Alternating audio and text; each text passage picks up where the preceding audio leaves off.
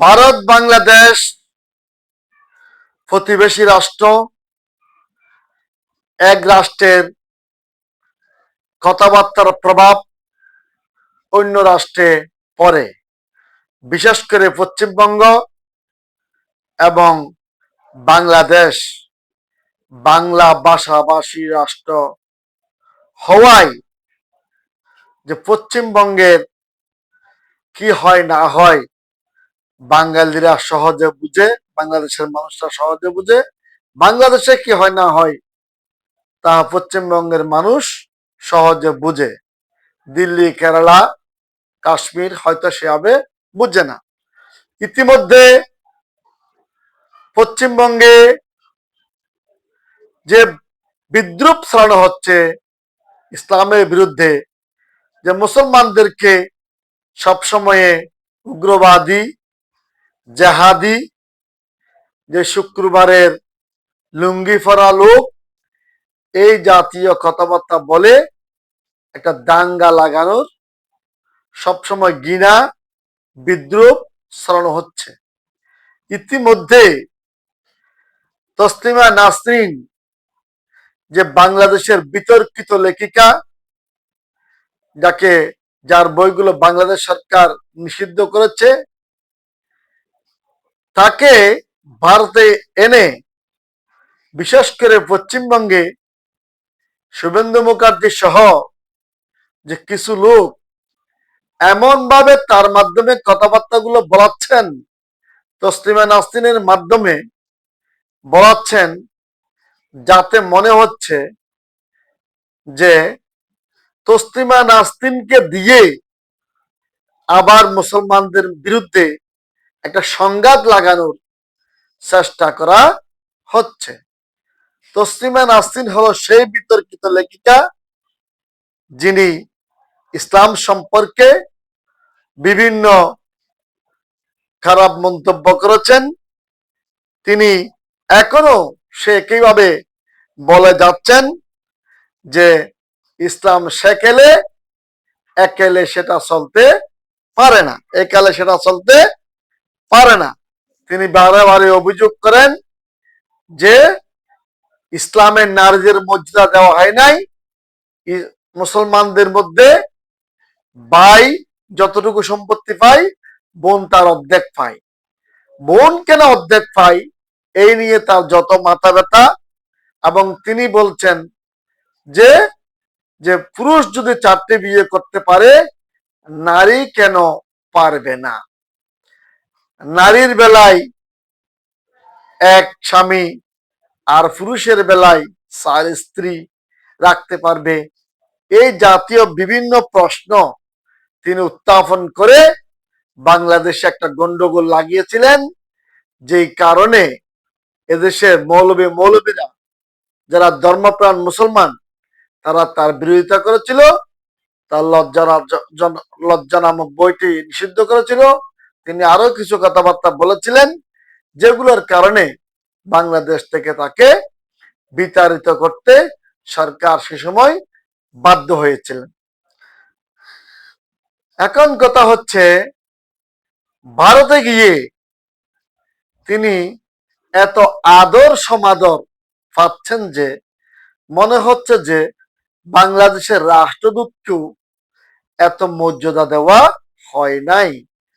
আপনারা মর্যাদা দিলে আমাদের কোনো লোককে, বাংলাদেশের কোনো নাগরিককে, আমাদের তাতে কোনো আপত্তি নেই। ইচ্ছা হলে পশ্চিমবঙ্গের মুখ্যমন্ত্রী বানায় দেন তসলিমা নাসরিনকে, তাতেও আমাদের কোনো আপত্তি নেই। ভারতের প্রধানমন্ত্রী বানিয়ে দেন, আমাদের কোনো আপত্তি নেই। ভারতের ধর্মমন্ত্রী বানিয়ে দেন, তাতেও আমাদের কোনো আপত্তি নেই। কিন্তু কথা হচ্ছে, তসলিমা নাসরিন যেই কথাগুলো আগে বলেছেন, সেই কথাগুলো আপনারা পুনরায় ভারতীয় মিডিয়ার মাধ্যমে আবার প্রচার করে যে ইসলাম, মুসলমান এবং মুসলমানদেরকে বিশেষ করে উস্কে দেয়া হচ্ছে, যে তসলিমা নাসরিনের বিরুদ্ধে যেন বলে। কারণ যে ব্যক্তি পবিত্র কোরআনের বিরুদ্ধে বলবে, যে ব্যক্তি ইসলামের শরিয়ার বিরুদ্ধে বলবে, যে ব্যক্তি ইসলামের যে আইন আছে আইনের বিরুদ্ধে বলবে, তার বিরুদ্ধে অবশ্যই মুসলমানরা মুখ খুলবে।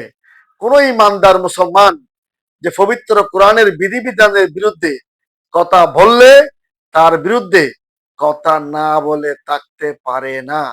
তাই আমার মনে হয় যে আপনারা ইচ্ছে করে তসলিমাকে দিয়ে এই জাতীয় কথাবার্তাগুলো বলাচ্ছেন, যাতে করে ভারতীয় মুসলমানরা উস্কে যায়, কিংবা পার্শ্ববর্তী বাংলাদেশের মুসলমানরা তার বিরুদ্ধে যে আন্দোলন সংগ্রাম করে, আর তাতে আপনারা বলতে পারবেন যে দেখেন মুসলমানরা জঙ্গি, তারা উগ্রবাদী, তাদেরকে মারধর করো, তাদের বিরুদ্ধে ব্যবস্থা গ্রহণ করো। এইগুলো করার জন্য ভারতে আসলে তসলিমাকে এনে এই জাতীয় কথাবার্তাগুলো তার মাধ্যমে বলা হচ্ছে।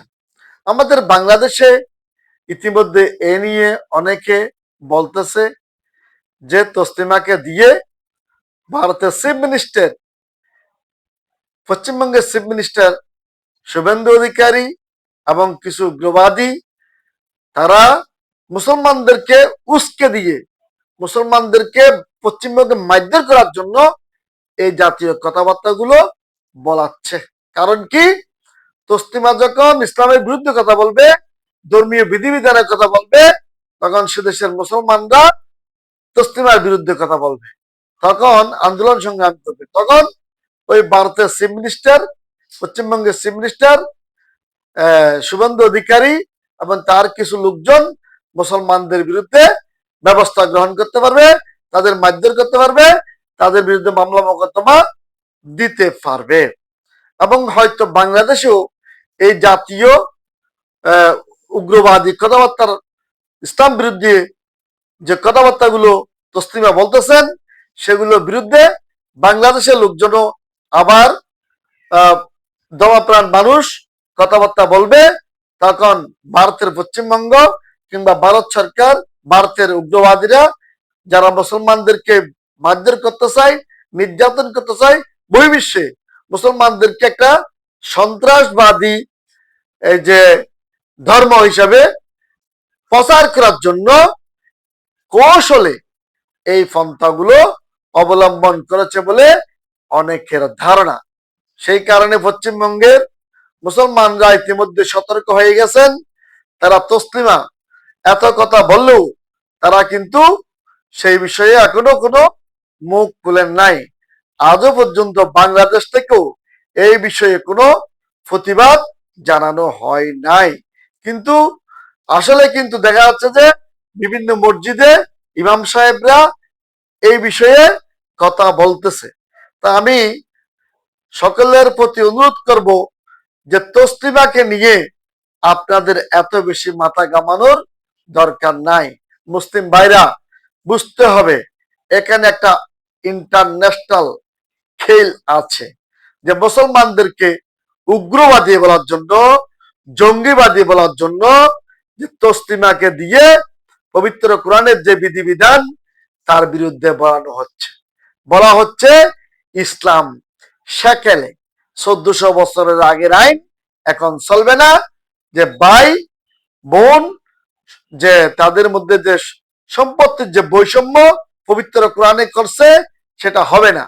অর্থাৎ পবিত্র কোরআনে যে আরো যা বিভিন্ন জায়গা থেকে নারীর যে সম্পত্তির বিষয়গুলো আছে তিনি বা তারা সেটা দেখেন না। তারা শুধু বলে যে কি ভাইয়ের অর্ধেক বোন হবে কেন, বোন ভাইয়ের অর্ধেক হবে কেন, এই আইন হবে না, দেওয়ানি আইন সংশোধন করতে হবে, দেওয়ানি আইন সকলের জন্য একই প্রকৃতির করতে হবে।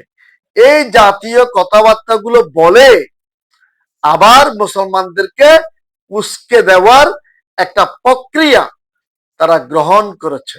তাই সকলের প্রতি অনুরোধ রইল, মুসলিম ভাইরা আপনারা ধৈর্য ধারণ করবেন।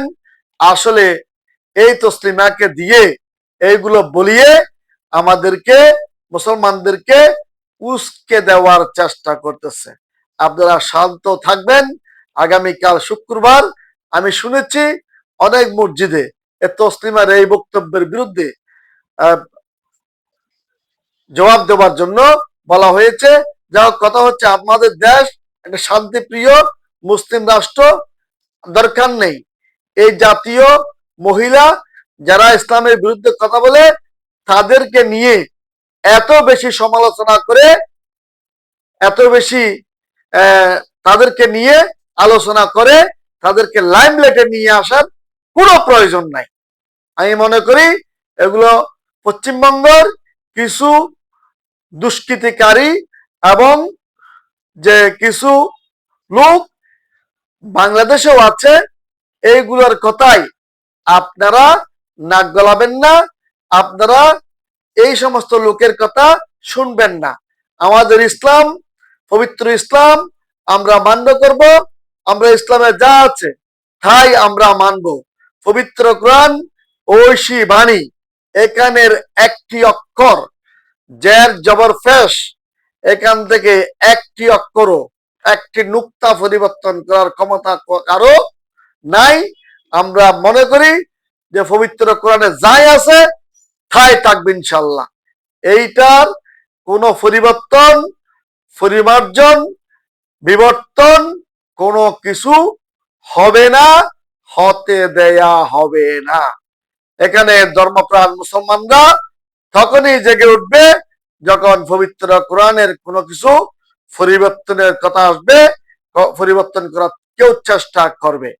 যতক্ষণ পর্যন্ত সরকার কিংবা অন্য কেউ এই জাতীয় কোনো পদক্ষেপ না গ্রহণ করে, তসলিমার কথায় আপনারা মাথা গরম করবেন না। সবাই শান্ত থাকবেন, সকলেই ইসলাম পালন করবেন, পবিত্র কোরআনে যা আছে তাই আমরা মানব। পবিত্র কোরআন এবং হাদিস আমাদের মুসলমানদেরকে মেনে চলতে হবে। ইসমা কি আছো আমাদের মধ্যে আছে।